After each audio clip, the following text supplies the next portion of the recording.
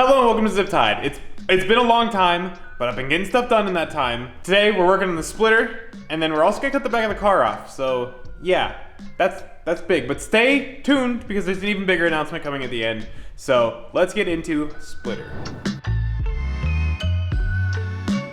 Last episode, I built the blade for the splitter, but that's only part of the story because it's not even mounted, so now it's time to build the rest and add some flair. Flair, like splitter tunnels. Splitter tunnels, also known as ramps or diffusers, are game changers on front downforce. A small set can increase downforce by 10%, and this professional awesome set should be capable of a lot more. Provided with the tunnels is a template to help you cut out your splitter blade. These should be located such that they attempt to not direct air into the tire, and sometimes it can be pretty tight.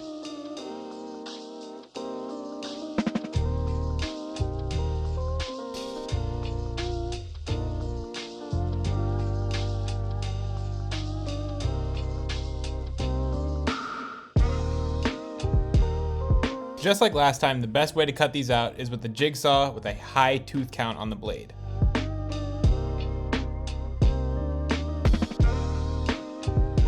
Most people will mount these immediately below the splitter, but for better airflow, I'm making it flush underneath. To do so, I'm going to be using a router to just take enough material off to make it flush. I know nothing about woodworking. I'm honestly not even good enough to drill holes in this thing, but it will be good enough, and resin can fill in the gaps that I do end up creating.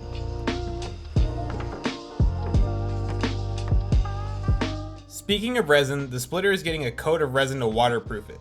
I discovered if you spread the resin with a Bondo spreader, it gives you the best results. After it dried, it turned a new color, and also got some issues, like thick layers in the routed out portion, and that's easy enough to fix, but it also got glued to the table. Again, nothing resin can't fix. But for now, I'm on to mounting the tunnels, and that's done with a combo of elevator bolts in the thin spots and some countersunk bolts in the thicker parts. And this is all in an effort to keep the air underneath the splitter smooth.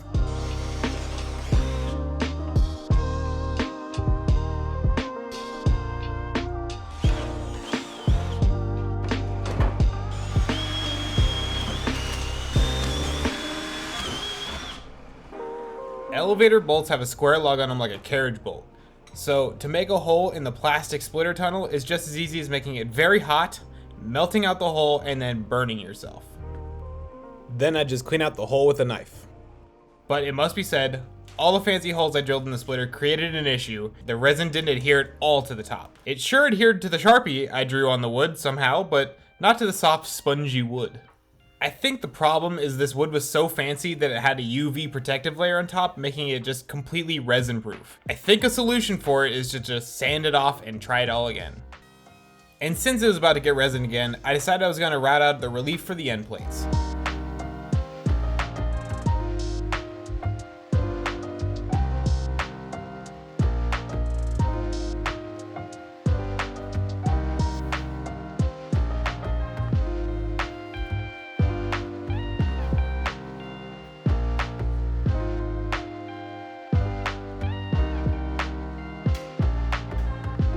It's finally time to attach the thing to the car. For that, I got 9 Lives Racing quick release splitter mounts.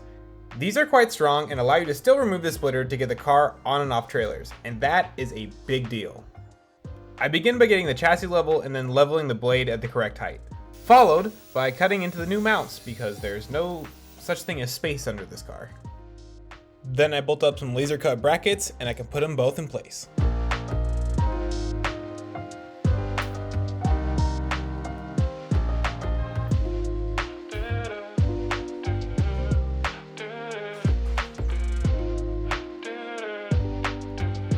I threw a laser light down the chassis to make sure the blade is perfectly centered, and I also drew some marks around the mounts so it can be drilled off the car. The mounts hang a good bit off the back, but not enough to concern me about it. I can also clean it up down the road to pretty it up.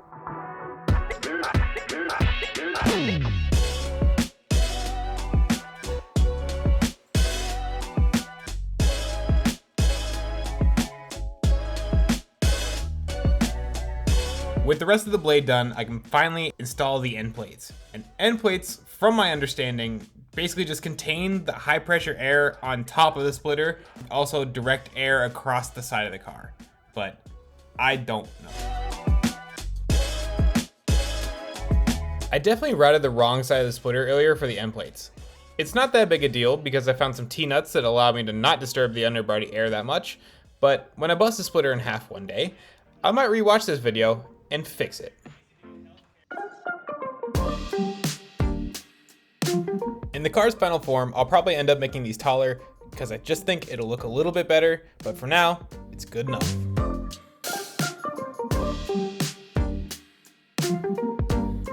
Switching gears a bit, the toe box is completely open to the air, which is good for cooling my balls, but not much else. So off camera, I built this bead rolled panel that fits really snug right in there. But before I close up the hole for good, I'm going to plug this little corner behind the steering rack.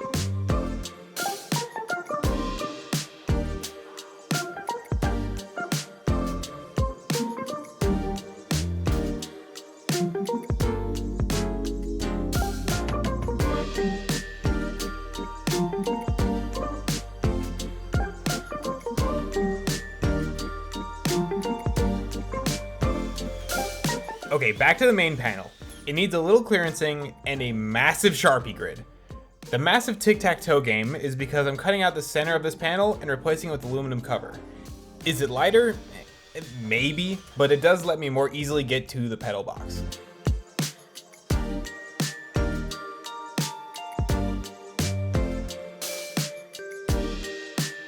I did use one of these fancy half-inch bits to lighten it up some, and it also just looks cooler this way.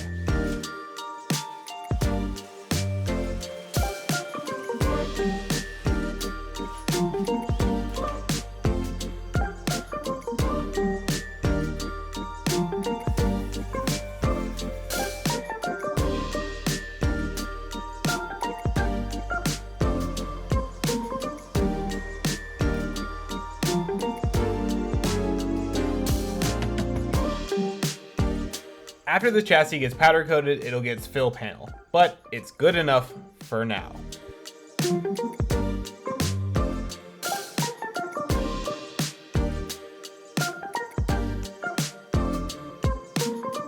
Continuing to work outward, I'm adding a chassis mounted sway bar. This one will end up being driver adjustable on the fly.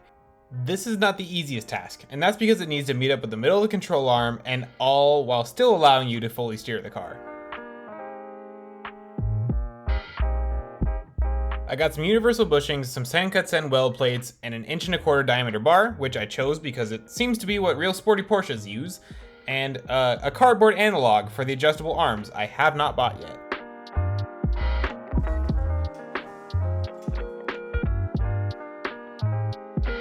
Space is very limited for something like this, but I think in front of the tubes, I finally found a good spot for it.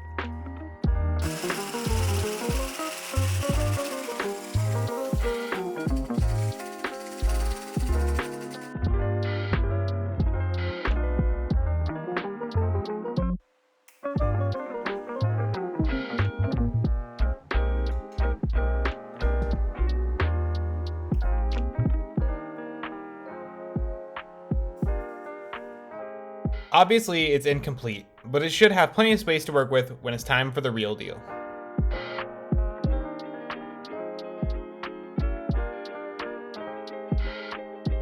Okay, now that I have everything that will be in the way made, the tabs for the support rods can get installed. The blade is currently pretty floppy, but it needs to be able to hold about 500 pounds, so it's getting support rods.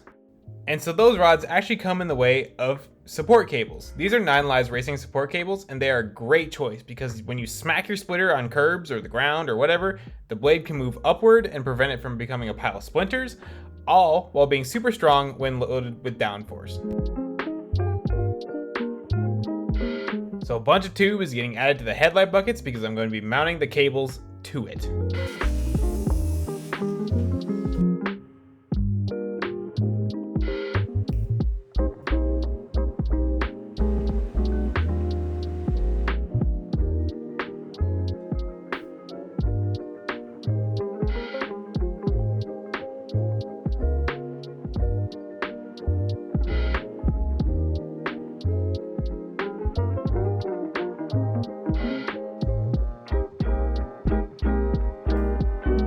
each tab for the cables gets tacked on and double checked for fitment.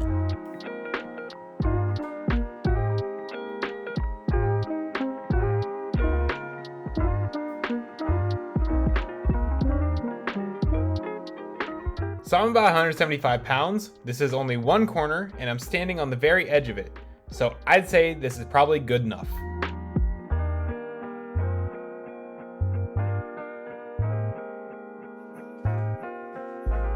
Now this is also splitter related. The rear of the fender is getting cut out to help evacuate all the air the splitter tunnels are now throwing behind the wheel. A laser level is used to make a perfectly flat, straight line across the fender so I can cut it out accurately. Honestly, I did not like this part very much. That's probably obvious, but I think it'll look good, and it's definitely for the greater good, so I'm just gonna keep telling myself that so I can sleep at night.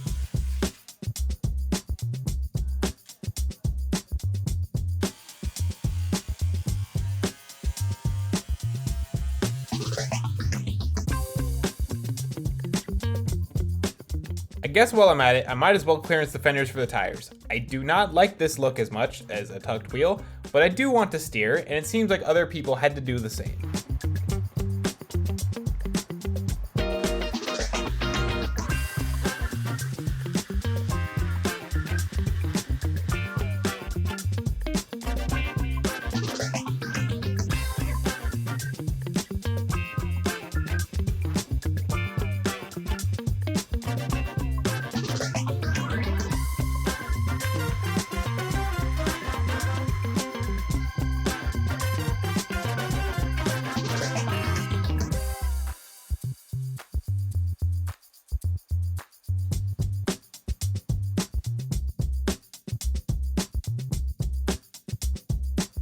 On a totally different note, I'm cutting off the back half of the car. Okay, well not all of it, but like a lot of it. Everything from the shock towers back is pretty much gone.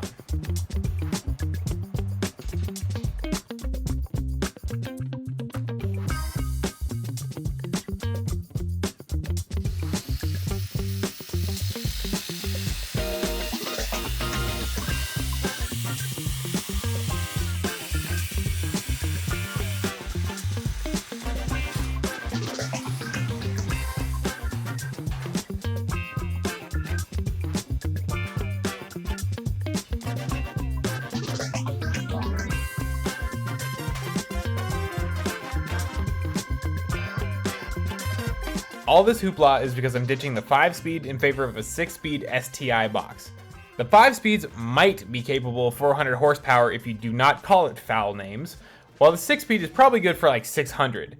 It's physically bigger, so it won't fit in the hole left by the old trans.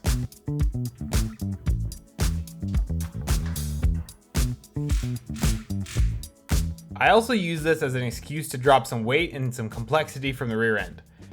And I'm getting some utility at the same time, like making the strut bar removable so it's easy to remove the drivetrain.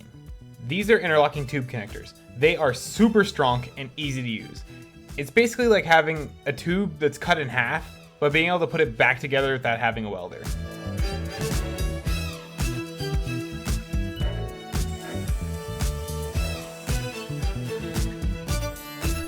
Alright, so now they're going to be adding some new tubes to this car. Let me introduce you to my new favorite tool, and that is the tube polisher. Cleaning tubes sucks, and this thing is super fast. I adapted Old Reliable, my old grinder, and it is now a super fast, super awesome tube polisher. And you can also put an 80 grit belt on it and grind the tube as well.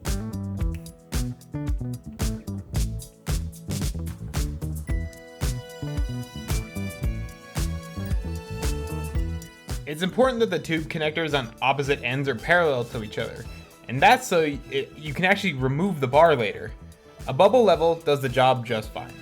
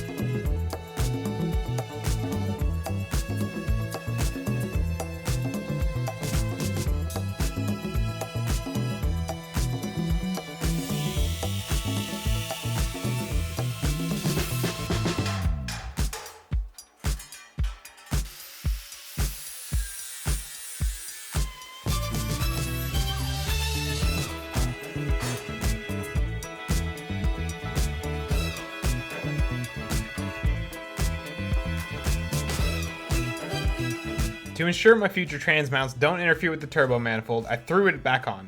Just like the old tubes I took off, the exhaust hits the trans, so it gets whacked off too.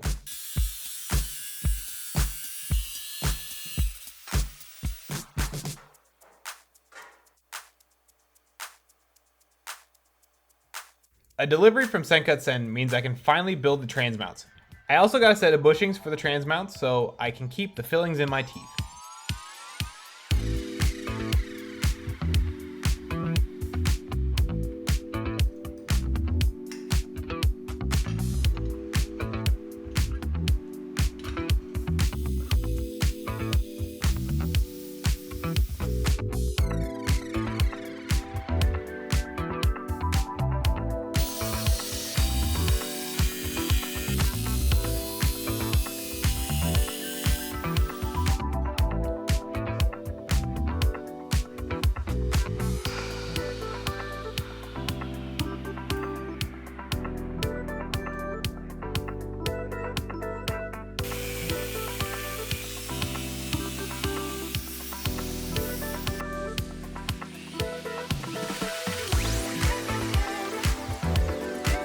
After some much needed weight reduction, the bushings can finally get installed and show off the fun progress.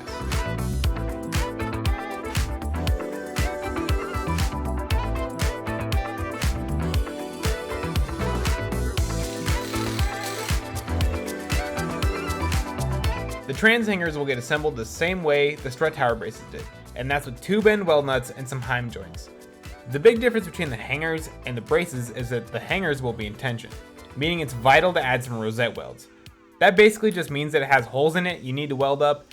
It's another level of strength that's added to the joint.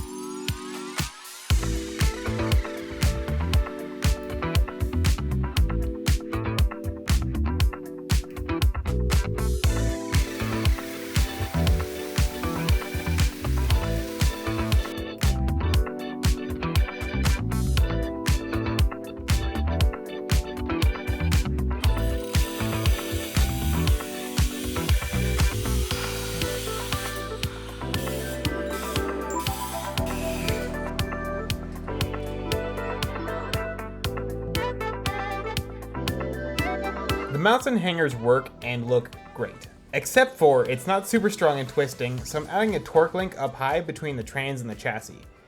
A quick template is made to bolt up to the transmission, and it's transferred to some thick plate.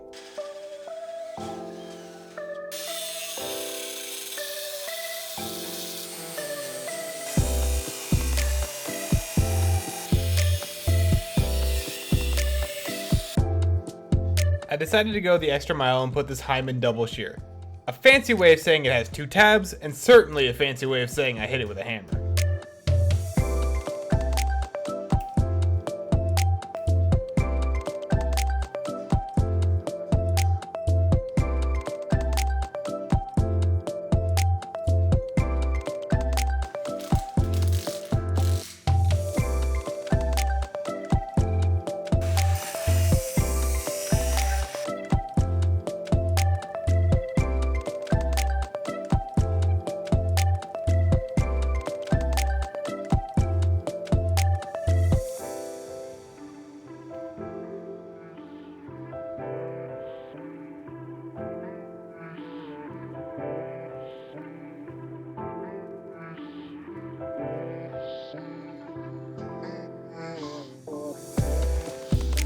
And finally, the sprinkle on top, I'm mounting the shock canisters.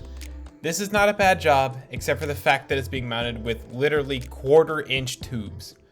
1/4-inch long tubes. And those fancy little tubes will go on some fancy little brackets that Guido made for me.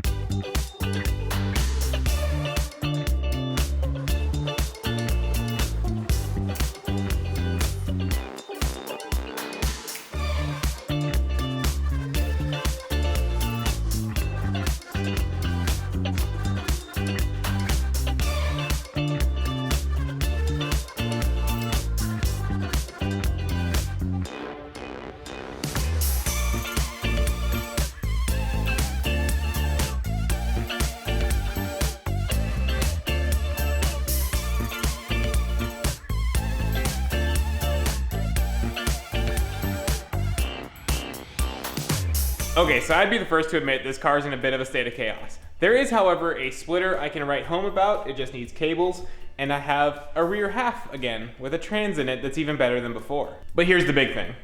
I want this car to be in SEMA this year, as in that's like November 3rd. It's 270-ish days from now, and it's obviously still a long way away. I definitely think I can get this done. I am just one person though. That's why you see me start my SEMA build in February or 4 years ago and not 3 months like a regular YouTuber. But come on, I'm one guy. There's a lot, but that means that there's gonna be a lot of Porsche videos coming up too. So for the normal person, that's even better. If any sponsors out there want to work with me with this car, I'm open to it all as long as it's cool. That's my one main sticking point. Let me know. If not, and you're just watching these videos and you're awesome for it, thank you. Because I love doing this. So with that said, thank you for watching, and I will hopefully see you next time.